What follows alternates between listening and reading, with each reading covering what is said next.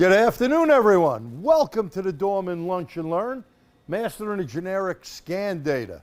My name is G. Trulia. I'll be your instructor again. You're going to get sick of me after a while. Anyway, we're going to use the scan tool and scan data to diagnose vehicle problems. We have some examples. We're going to switch on to this particular tool. It's an Innova tool. We're not going to use all the functions in it. Just want to show you real quick how it goes in there, and then we're going to go switch to the launch scan tool, because we're just going to look at generic data. We're not going to go into Subaru specific, and you're going to see why would I do that? And you know, it's that time of year. I could give you guys t-shirts and hats if you answer some questions right. Like, why would I go into OBD2 generic / global? Why would I do that and not want to go into Subaru on this 2021, is it? Or what is this? Oh, excuse me, 2013 Subaru. Okay. So if you answer that question right, let me see what those answers are over there, because I'm blind as a bat. No substitutes, I like that. All right, Spiro, throw in your doohickey, your email. What are we giving them? We'll give him a t-shirt. Okay, so Spiro threw that in there first. No substitutes. Now, what do we mean by substitutes? Well, if the vehicle ain't running right, in regular enhanced mode, meaning in this case Subaru or Toyota or GM or Chrysler, whatever, they could substitute a value. So that is a very important part to know, that you want the real deal.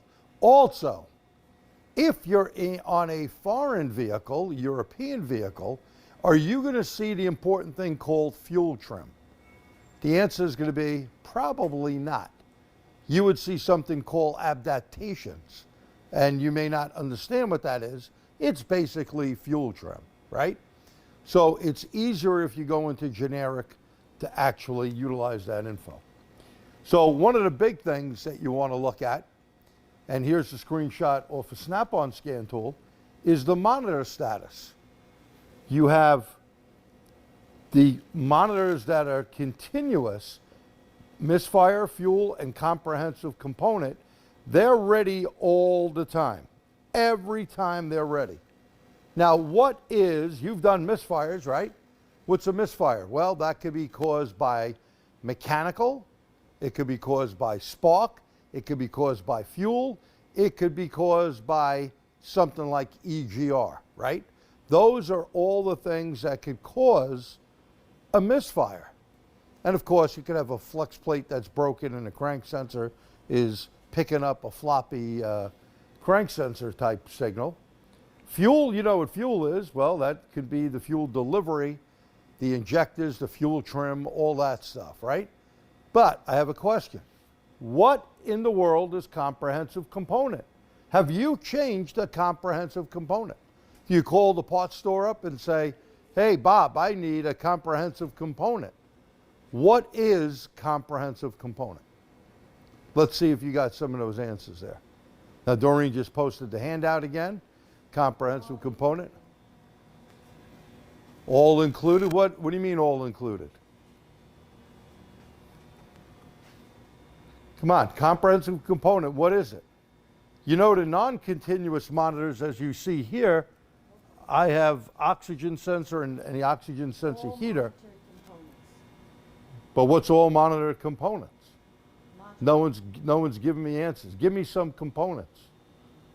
The writing, ECM, TCM, BCM is mission. Okay, so systems. is that Cal? So MAF, crank sensor, good. So I want you to write this down, and this is important. Every single sensor on the car that is not like a non-continuous monitor, oxygen sensor heater, evap, every single component. So you know those transmission solenoids? The MAF sensor, as he put there, the MAP sensor, anything that is not there is thrown into the CCM. Now, even your thermostat, if you don't have a thermostat monitor, that's in there. So always understand what that does and what to look for. Now I got another question for you. How many times you've gotten a code that it says, let's say, map sensor circuit voltage high?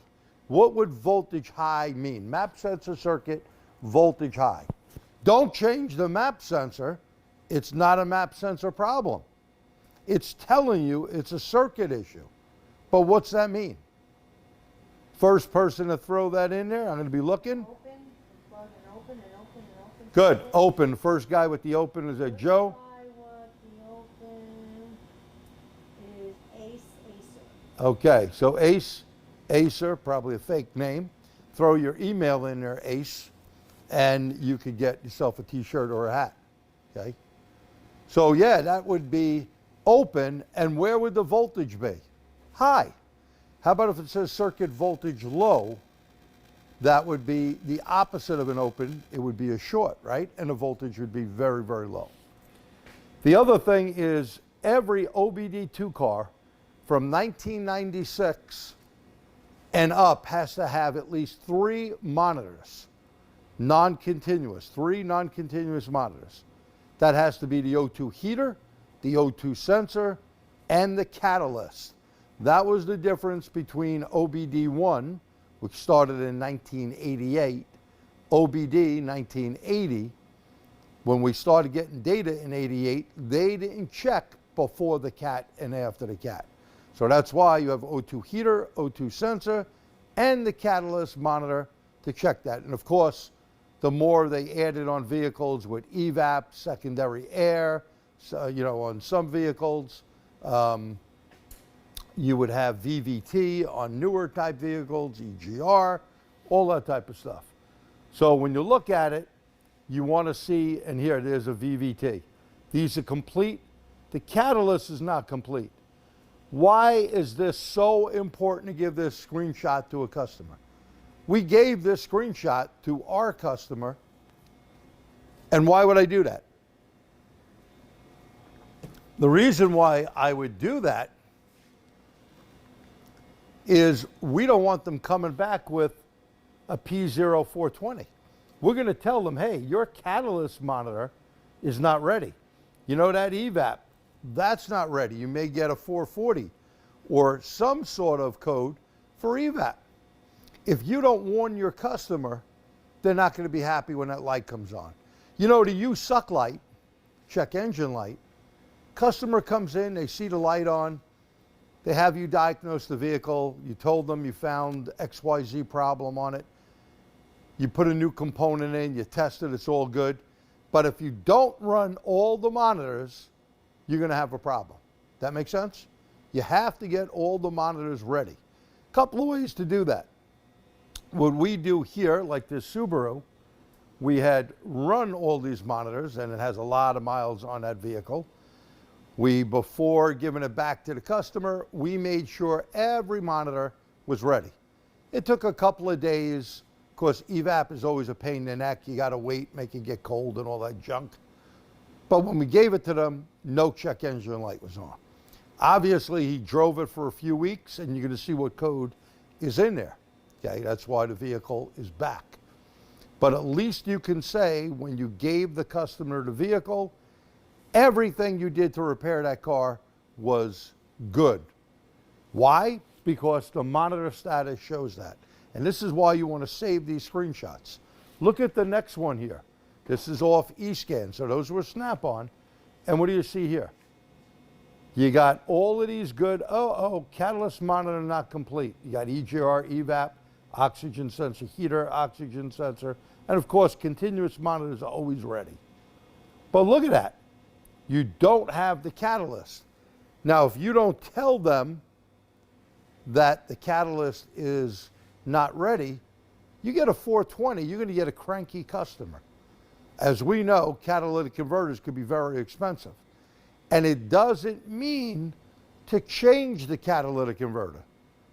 And please, do not put new oxygen sensors or air-fuel ratio sensor and an oxygen sensor in the vehicle.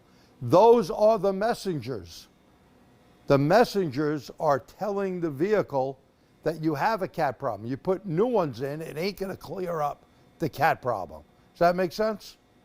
Don't put new O2 sensors in. The sensors, you should go into either mode 5, that we'll talk about in a second, or mode 6 on most of the vehicles, and see where you're reading. Does that make sense to everyone? Any questions? And again, I want to remind you, as we're going through, if you have a question, please put it in there, Will right? an O2 sensor ever fix a P0420? Will an O2 sensor ever fake a 420? Fix. Fix a 4? No. An O2 will never fix a 420. A 420 is the comparison from a front O2 or air fuel versus the rear O2. And by the way, many cars like this Subaru, couple of tips I'm going to give you. Subaru uses 2 cats.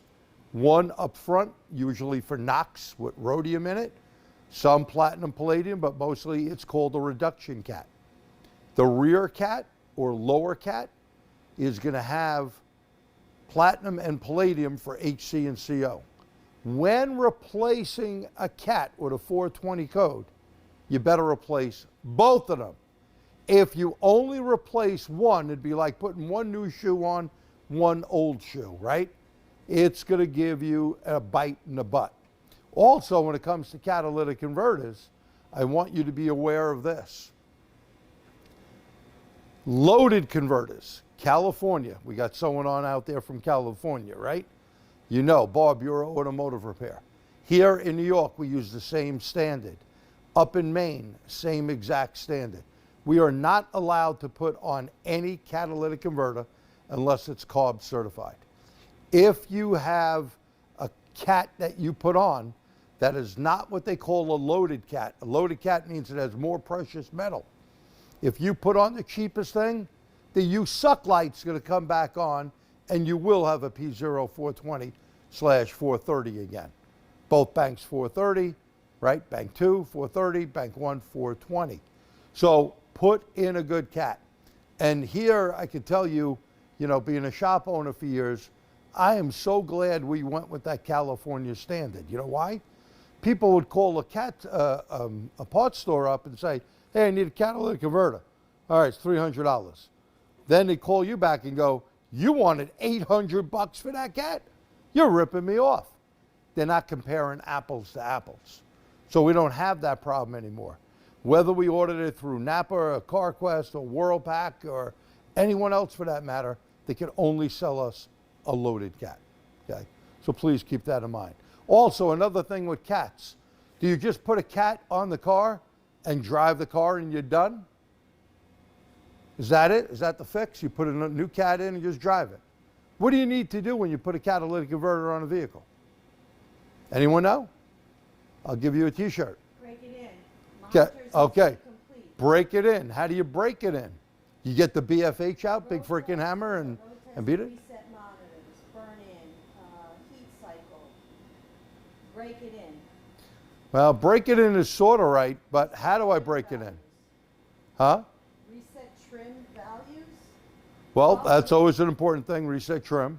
Follow the cat manufacturer instructions. Where are they? Where's the cat manufacturer instructions? Cycle it. Driver of the vehicle. Drive it. Reset fuel trim. In the box, they said. In the box. I don't know. I've never seen it in the box. Service manual. Ah, okay. Service manual may have it, but the converter companies, now I only know this. I've never seen it in the box, I'll be honest with you. There is a sheet for you to fill out. One goes to the customer, one goes on the old cat. Got to keep the cat for a certain amount of time, 14 days.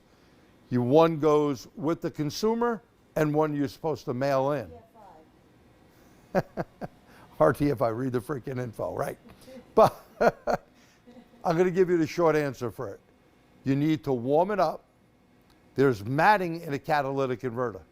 And if that matting is not heated up correctly, and you go out and go pedal to the metal, you should do a short type of drive, about 15, 20 minutes, with a very easy throttle. Not going brum. Now, have anyone come across the BMWs where the substrate, rather than being like this, turns sideways and then shuts off one bank of the engine? Yeah, that happens, and the reason why that happened, the matting inside the catalytic converter was not broken in correctly. So please keep that in mind. Make sure you do that. More on that if you're interested. We have what we call an engine and emission class. There'll be webinars on that, and we will have live classes if you're interested, hands-on. So good. So converter, make sure that if you see this, tell your customer, hey, you may get a CAT code. Warn them, okay? Now, when we get codes, most of the time, like this code, you got a P138, P0, O2 sensor shorted to voltage. So that means the O2 is shorted to voltage. You probably want to check that heater circuit, okay? It could just be a code. A code for that bad component, I should say.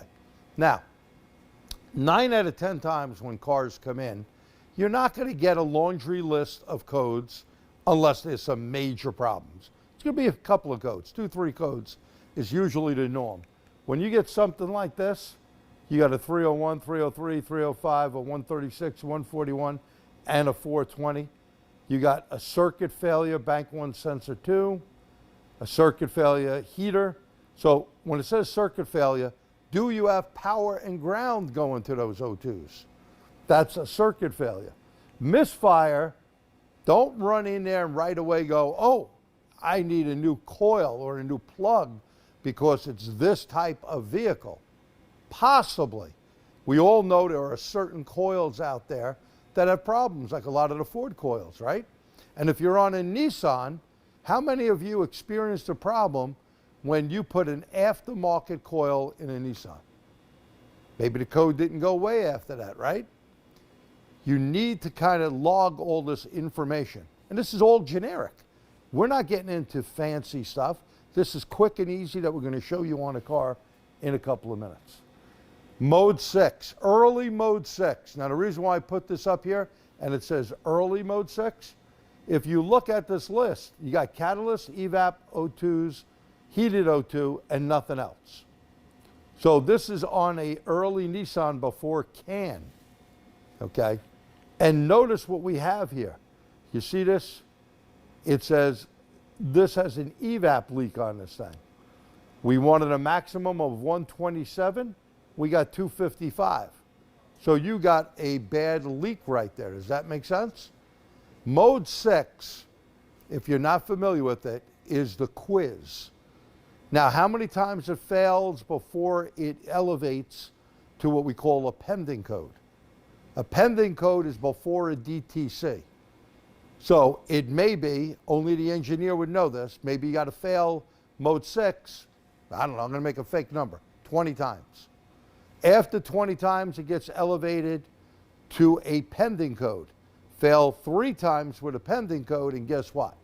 You got the use suck light on, right? Check engine light will be on. So that's how it operates.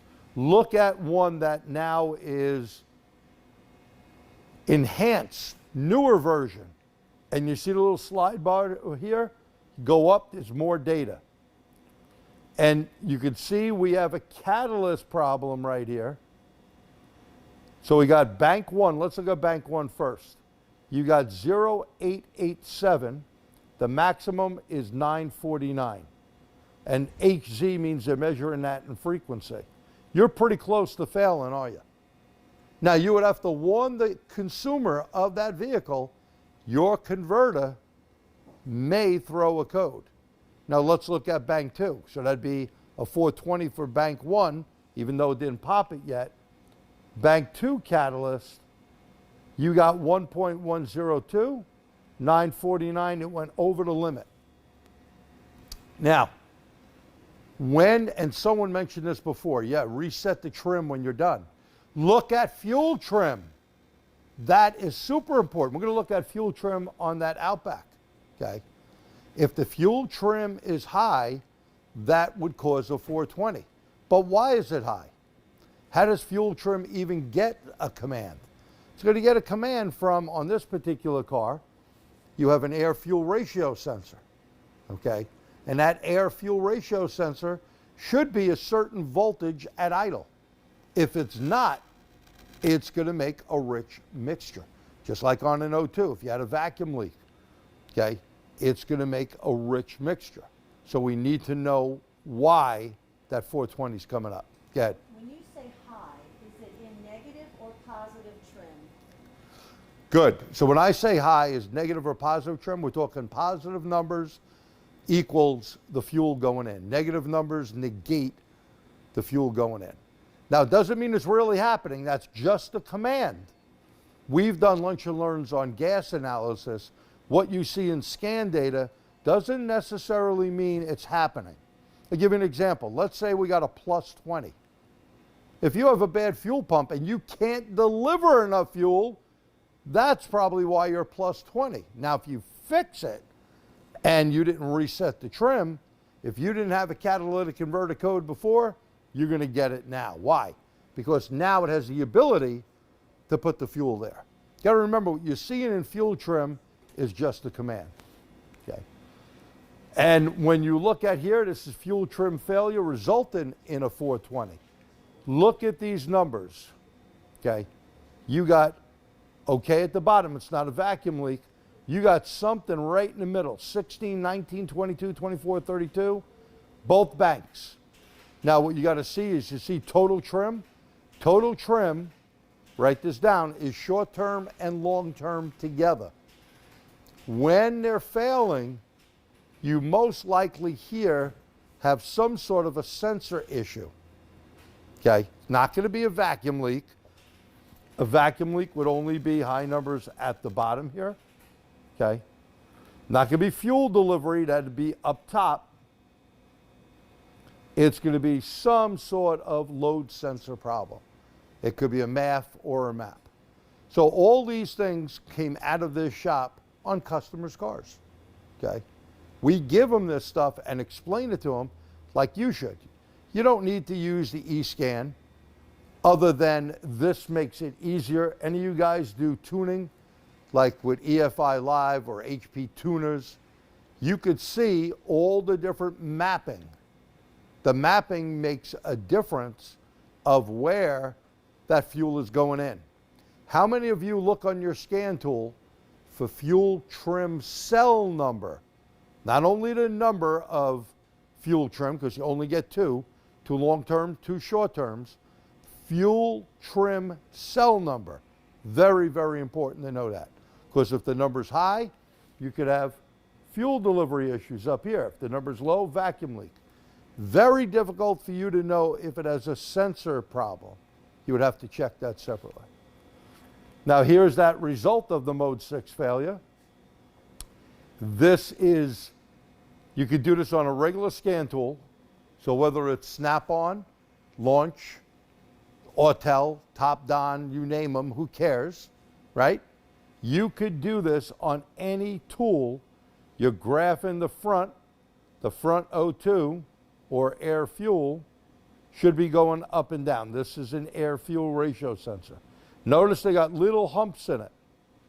But look at the rear. The rear is dithering up and down. What's that tell you? The converter is not being efficient. And again, do not put new O2 sensor in or air fuel. It's not going to fix the problem. Okay. Here is an air fuel ratio sensor up front. Look at that straight line. Little couple of wiggles. And look at the rear. The rear O2, and write this down. We don't care if the rear O2 is low. Shouldn't be all the way down at 0. Low, in the middle, or up high. That's the red line. Blue line. We don't care if it's high, in the middle, near the bottom. One thing I highly recommend. How many of you heard the rear O2 can control fuel trim? If you heard that, type the letter H in. Okay. The rear O2 can control fuel trim. If you don't look at it and do this test, broom, broom, broom, you may not find the problem. When you do that, the rear O2 should not be a straight line anymore. It would need to go up and down. Does that make sense? If it didn't go up and down, that's why you're getting high fuel trim numbers, and you've already replaced the air fuel ratio sensor. not in this presentation, but we had a RAV4 in here where they put 2 air-fuel ratio sensors in a car at a different shop, okay? Finally then threw the factory one in there. Didn't fix the 44% of add-in fuel trim. You know what they didn't look at? The rear O2. Always go brum, brum, brum. Make sure the rear O2 sees it. Remember, the catalyst is going to check the O2 at a steady RPM, a steady state. So when you go brum, brum, brum, it can't capture all of those exhaust emissions going out the back. The catalyst works on a steady RPM. Does that make sense to everyone? Okay. So please keep that in mind as well. Now, calculating VE. So any of your scan tools, another screenshot here, without having total calculations, we have load, calculated load, we got RPM, we got math, we got TP or APP, VE. Now I want you to look at this. What do you notice? I'm going to blow this up a little bit. What do you notice on this graph? So again, you take any of your graphing software, we don't care what brand it is, anything that graphs, what do you know? Now one thing here that I'm going to point out, you see that little triangle up there? That gives us a reading right here. We're not at 20%, this is 20% of load. Okay. Now, don't you see that they're all kind of going up at about the same time?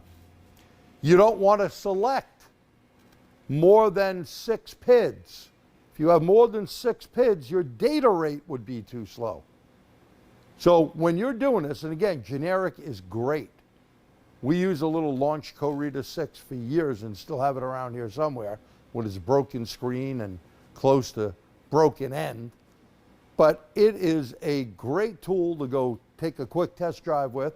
You're not going to break a laptop or expensive scan tool, or worse yet, leave it in the damn car, okay? So you could do this on anything that graphs, and right there, there's my calculated load at sea level, which here in New York we are at.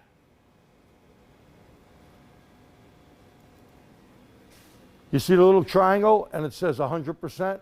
Right there, we hit 100%. Right down, you'd want to hit at sea level about 90%.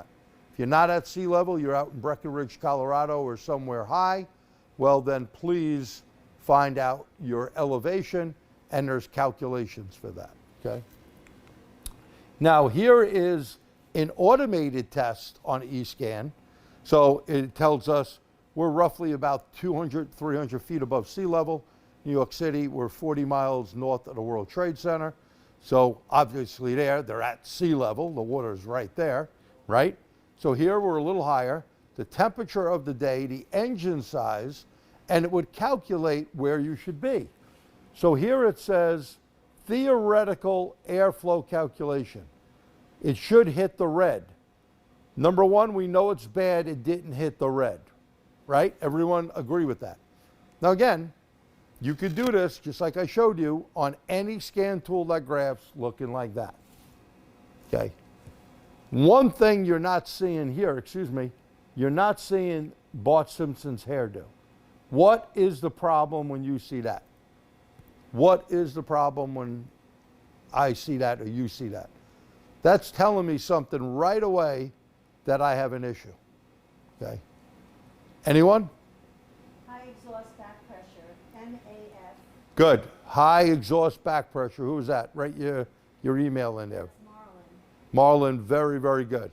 Back pressure is, oh, Marlon, when you just did my class this past weekend? You remember, good man. Okay, he was in the lab scope class, I believe. Anyway, that is exactly what you're seeing, is the frequency, the amount of time the Bart Simpson going up and down here is showing you got a clog in the exhaust system. Pretty damn simple. And I'm not taking out an air fuel or oxygen sensor to do it. I'm checking it right from my scan tool. Gonna make life easy because I'm lazy. Now let's look at the Chevy Cruze real quick, because we want to make sure we got time to get on the car. We got a supercharger P0299, low boost, we got a P0304.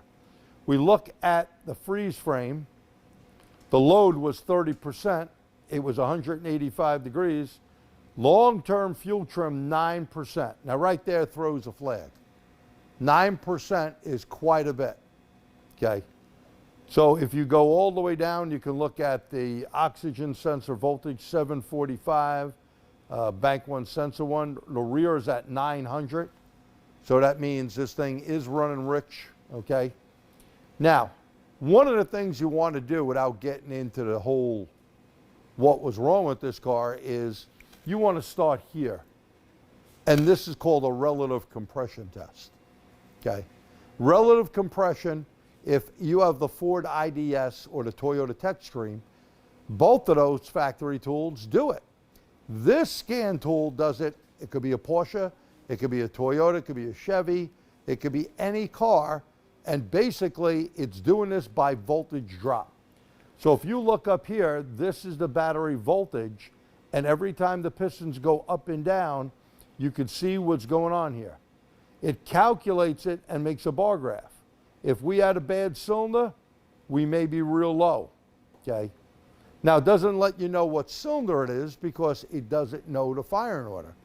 But this is when vehicles come in here, we do this on every car. Because if my roof was sagging and I put a new roof on, well, if I have bad walls or a bad foundation, isn't that roof going to sag again? Sure it is. So you want to make sure the foundation's good. On this car, we made sure the engine, including the battery, and how do I know the battery was good? The battery did not go under 10.1. We're at 11.2 volts. That's a good battery. Today's cars don't go under 10.1 or you got a problem. So that's checking the basics here on this. Now, here's a 2019 Honda Santa Fe with a fuel trim issue. Now, you see these numbers are crazy from the bottom to the top. But what do you notice about these numbers? Let me blow that up for a second. What do you notice? Is this, we got a total trim problem, as you can see here, right? Total trim, both banks. But what do you notice about these numbers? Are they positive numbers? Are they numbers to add fuel? No, they're numbers to take fuel away. Now, what do you think the problem could be? Give me some things. There's more than one answer.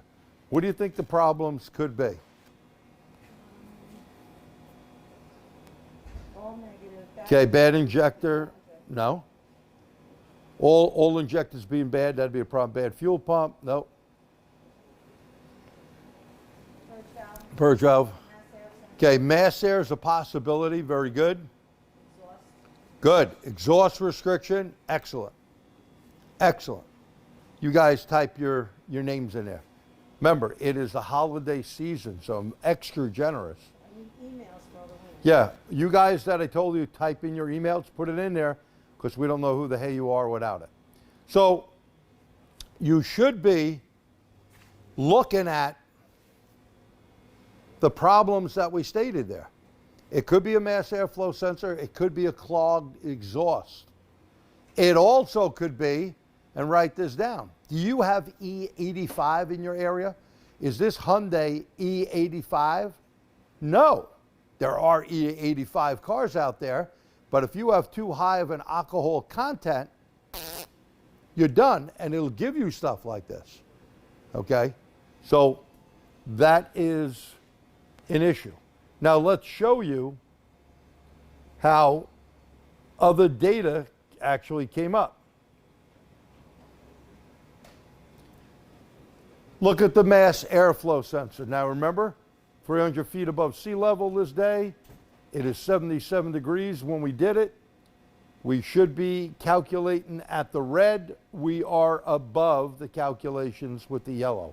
The yellow is the actual. So we do have a problem there with the mass airflow sensor. But are we done? Well, not yet. Let's look at other data. There's after we fix the car to show you the difference, right? You can see yellow and red right up there. They're good. But let's take a look at the air-fuel ratio sensor and checking CAT codes. Because remember, someone, I don't remember your name, but someone said it could be the exhaust system, clogged exhaust. Well, right you are. And when you test for a catalytic converter being clogged, you're going to do it at 3 RPM. So please write this down. We're going to do it at idle. And notice we get a passing. The front O2 is yellow, or air fuel. I should say the air fuel. These use air fuels. The rear O2 is not dithering, meaning not going up and down. Now we race it up to 1800 to 2000. Front is still air fuel, still good. The rear, what's going on here? You see how it's starting to move? Doesn't fail yet. It's not totally dithering. We do the third test, okay? And you can see the frequency is more pronounced. This is starting to pick it up as a failure, and that cat was bad. Now, many times the rear is going to give you bad humps as we've seen before. This software, and again, always do it at 3 RPMs. At idle, 18 to 2000, 28 to 3000. If it fails any of the three, you're going to get a P0420 on that vehicle. And it doesn't have bank 2, so you can't get 430. Any questions on that? And look, when we're done, we showed the customer, look at our fuel trim chart.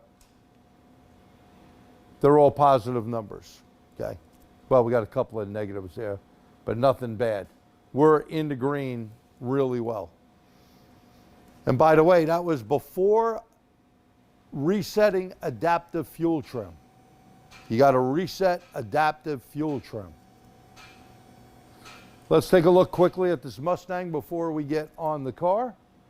This Mustang had a fuel trim, total trim problem.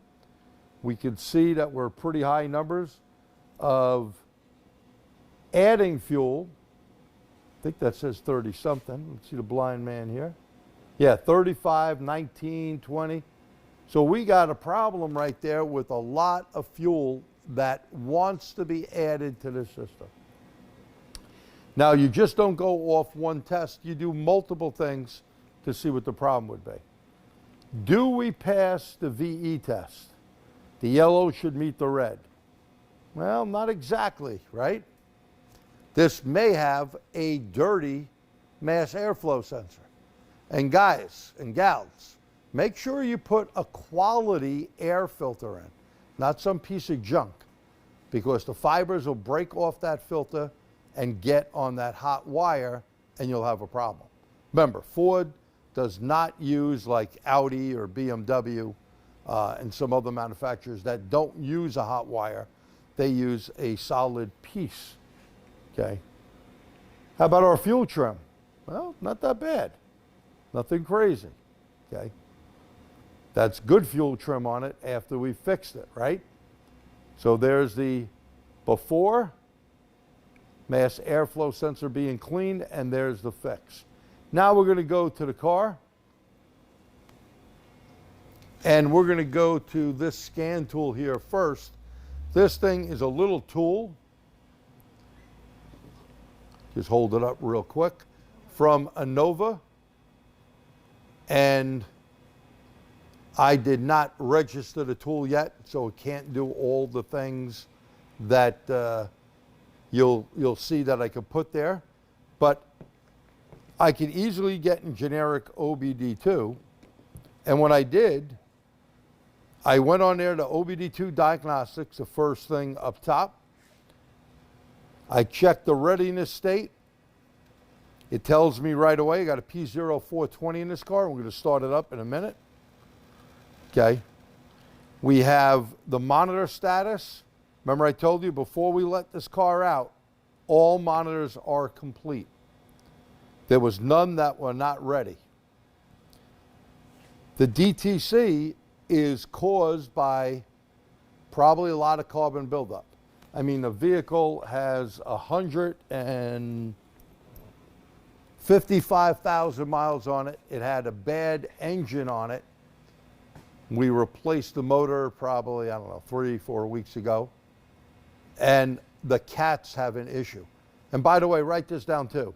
We've had multiple newer ones, Subarus that is, about 2000, I think 20 and up, where the front cat grenades, breaks apart, and actually breaks the second cat.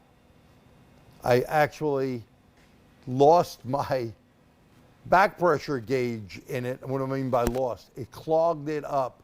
Powder came out of this thing from the front cats breaking apart. They are under an extended warranty. Here we have 10 years, 100,000 mile warranty. They extended it past that, I think, to 150. So check the TSB and check with the dealer. Now, this thing here on this tool, real quick, you could do recalls, but notice I'm not logged in. I will do a tool review on this in a different type of video, not on a Lunch and Learn, or maybe on a Lunch and Learn, and show you what some tools can do and do a few of them. So that's pretty neat. Schedule maintenance. And again, these are things you probably, and I'm not sure of this fact, you probably have to pay some sort of fee that turns different things on in the tool, which is okay. And then you have predicted failures. So they use a database in here to do that, okay? So it's a pretty nice tool overall. You know, if you go to the home screen, you have generic OBD2 that we were in. You have OEM diagnostics. You have workshop tools that are going to be, you know, to support things I just showed you. You have some sort of tech support. And they got a digital multimeter that goes with it. Now let's go to the launch tool. And on the launch tool, well, we already seen our monitors already. I'm not going to show you that for the sake of time. But we got data here in generic OBD2. We have that absolute throttle. It's nice that it kind of shows us the data, and you could graph the data if you'd like. And if I step on that throttle, we should see something.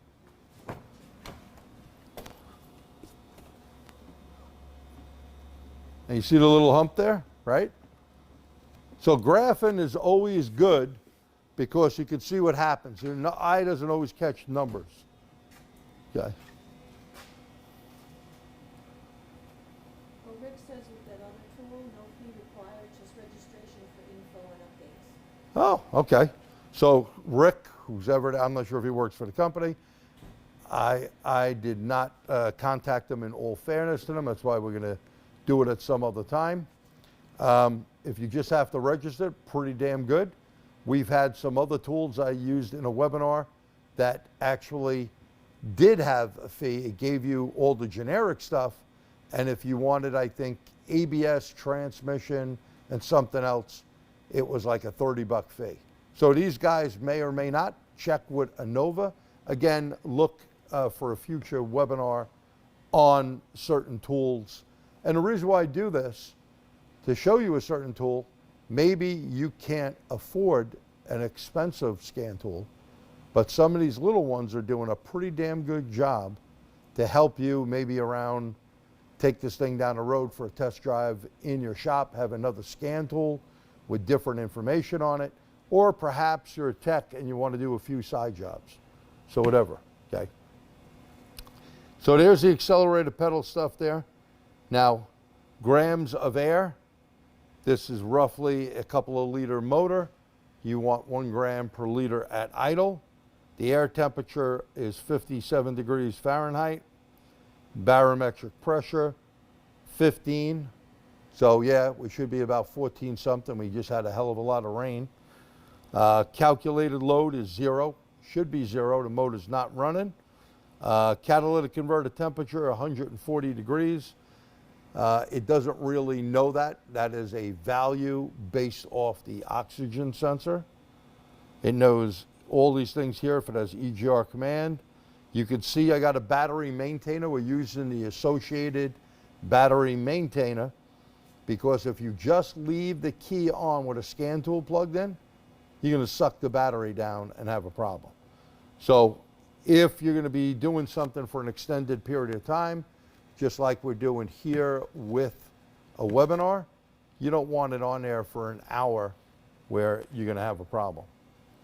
So distance traveled before DTCs were cleared.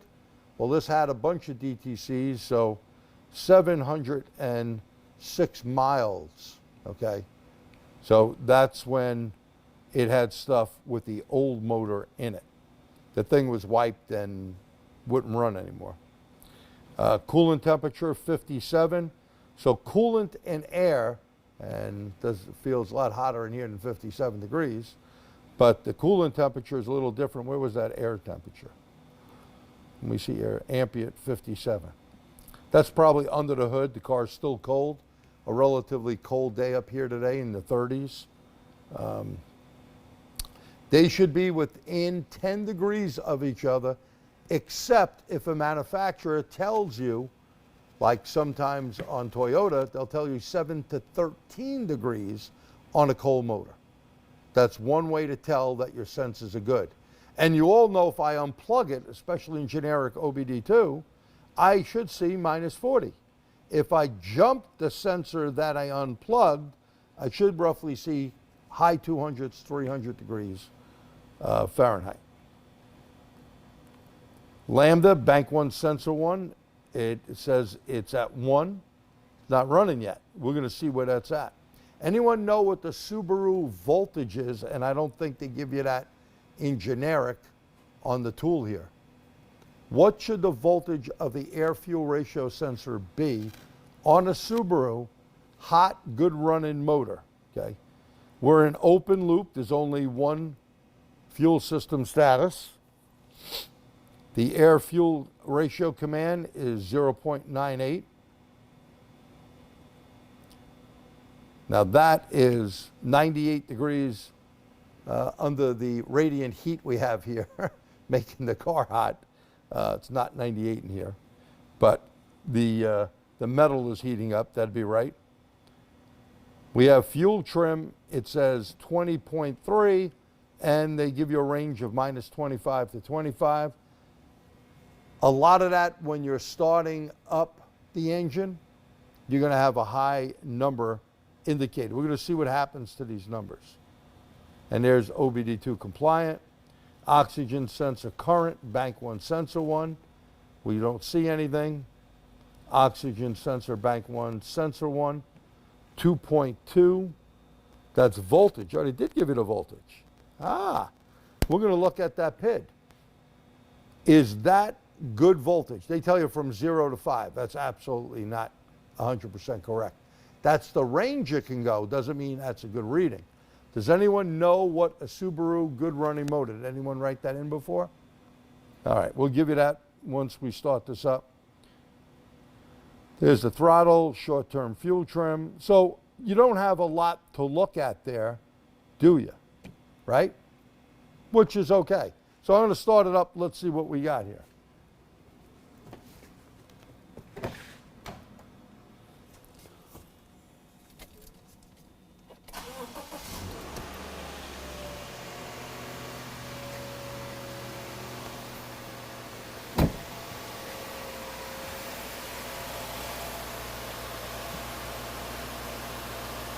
Now look at the O2. And it's not really an O2. It is the air-fuel ratio sensor. Write down that a good air-fuel should be 2.4 volts on a Subaru. And 2 people have that. Very good. 2.4 volts. Who had that? Danny and... Oh, Mr. Wilson. How are you? Yeah, 2.4 is correct. So, excellent. Mr. Wilson, if you want a t-shirt And the other gentleman, is that Donnie or Danny? Why don't you guys type it in there? We can type it in email, but I don't think all those people got the correct answer. You two guys write your email in there. So now you can see it's starting to stabilize. The RPM's coming down. We're on a cold motor. Let's go back and look at some other stuff. You can see the oxygen sensor current changing.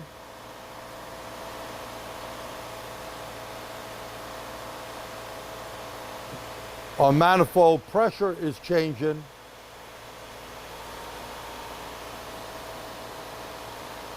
Timing's moving around. Look at our lambda. Just about perfect 10991. Anything above 1 is not rich, it would be lean, and anything below is rich.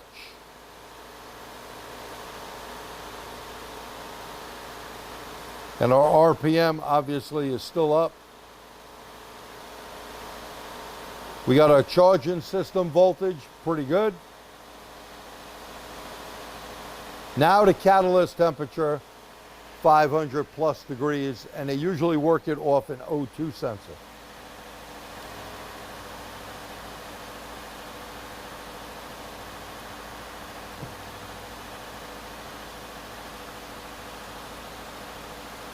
So airflow rate, mass airflow.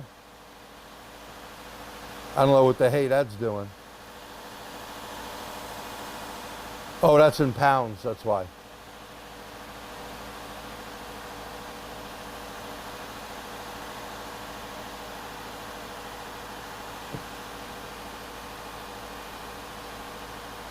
So pounds per second, a little different than grams per second.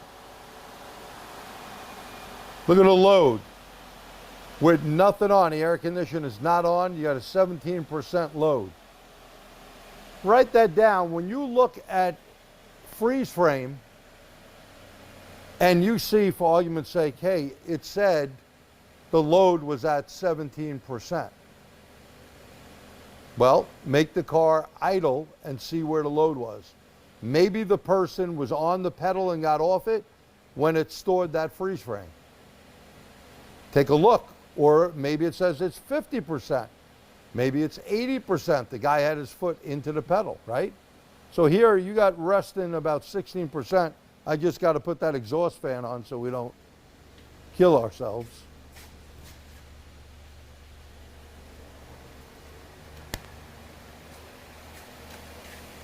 And let's revisit that O2 sensor, or air fuel, I should say. So there's the engine RPM, about 730 or so, 720.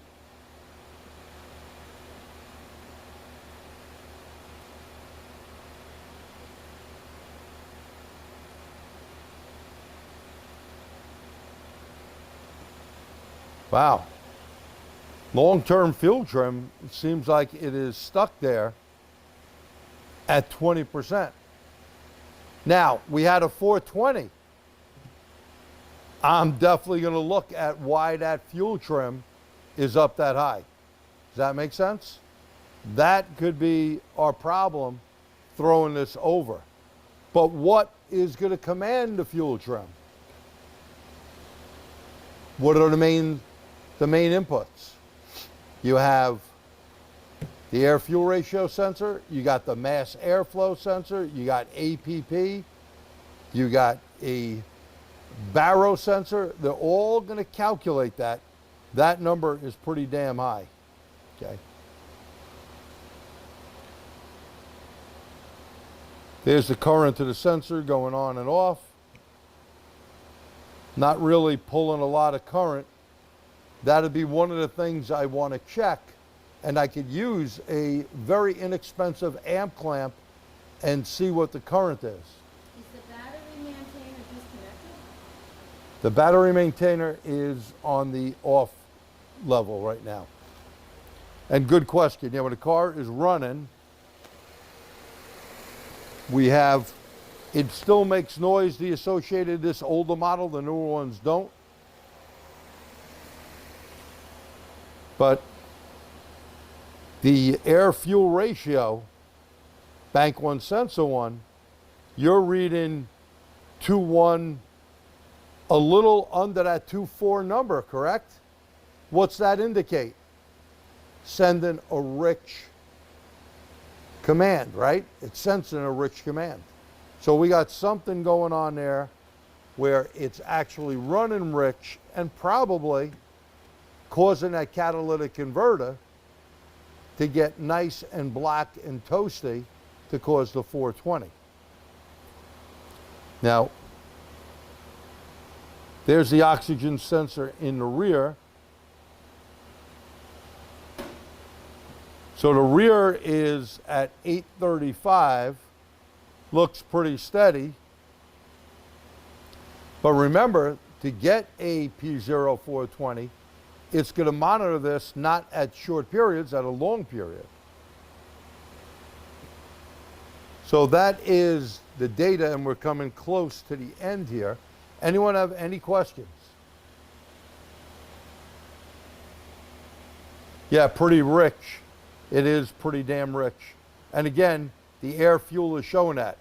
2.4 is really where it should be at. We're 2.1, and you look at it, 2.1, 2.2 at the most. I haven't seen 2.4 yet. We're probably pretty much up to operating temperature. Let's check that coolant temperature.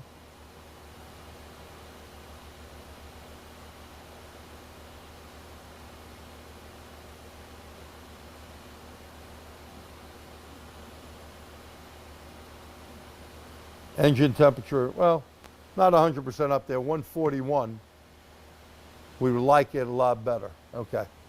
Let's see here, I got a question or a comment. What two data PIDs are needed to run the VE test? Well, you want calculated load, would be a definite one, and you could put mass air together, graph those two, and then see if you could hit 90%. You should do it at least in a car length. If we tried it here with calculated load and graphed it, I mean, it'd be faking it out. Let me see if I can kind of do that. I'm sorry? In generic data, yep. Okay, so here's calculated load. I'm going to try to make this thing happen by doing a brake rev.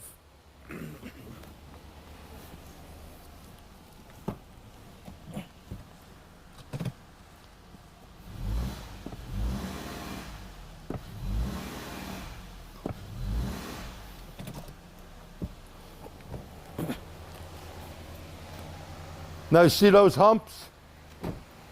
They went up to 90%. If you look at the one right, the second hump.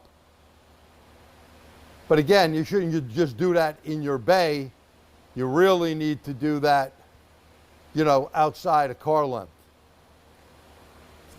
Any other questions before we kind of wrap up?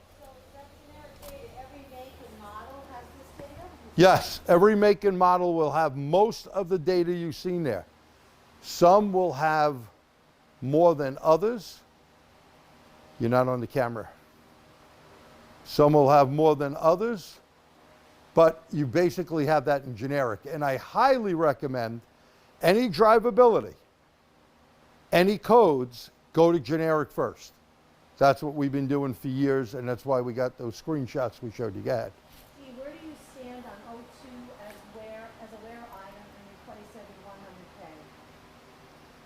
Whoa, as a wear item. Well, everything wears out, but you know, if it's working, Bosch made the first O2 sensor. They used to say about 30,000 miles they wanted it replaced. I've seen cars with over 100, 150,000 with the O2 working. If it's working, nothing to worry about. Cars have better stoichiometry, rich, lean, and usually when it leans out, it kind of burns the carbon off the end of it. If you remember the old CCC GM carburetor, clickety, clickety, clickety, had a green little plug on the side of the carburetor. You used to ground that to clean off the oxygen sensor because it would make a lean mixture. It would lock the rods into the jets. Okay. Now we do have, if there's other questions, I just get through this real quick. We have a hands-on electric class coming up Friday, January 19th, the Saturday the 20th, and the 21st, 8 to 4:30. You can go to the website, attststraining.com. Right now, the dormantraining.com website is being redone. So after, you'll go there, and if you want to see a replay of this and get the handout, it will be at attststraining.com under videos, under Dorman Lunch and Learn. Let's not forget tomorrow that we basically have Sweet Own. He's going to be doing the heavy duty one on diagnostics. Okay? So we want to thank you for coming out. If you have any questions, I will answer them. To you and your family, a very Merry Christmas. If you celebrated Hanukkah, I think it's over already. Happy Hanukkah, Happy Kwanzaa, Happy New Year, happy, and good health to all of you. Thank you for tuning in and watching. I do appreciate it, and so does Dorman Training. So let's see if we have any. If this was helpful, letter Y. If it was helpful, type in a letter Y. If it wasn't helpful, you didn't like it, type a letter N in. Okay? Thank you so much. Let's see what we got. I could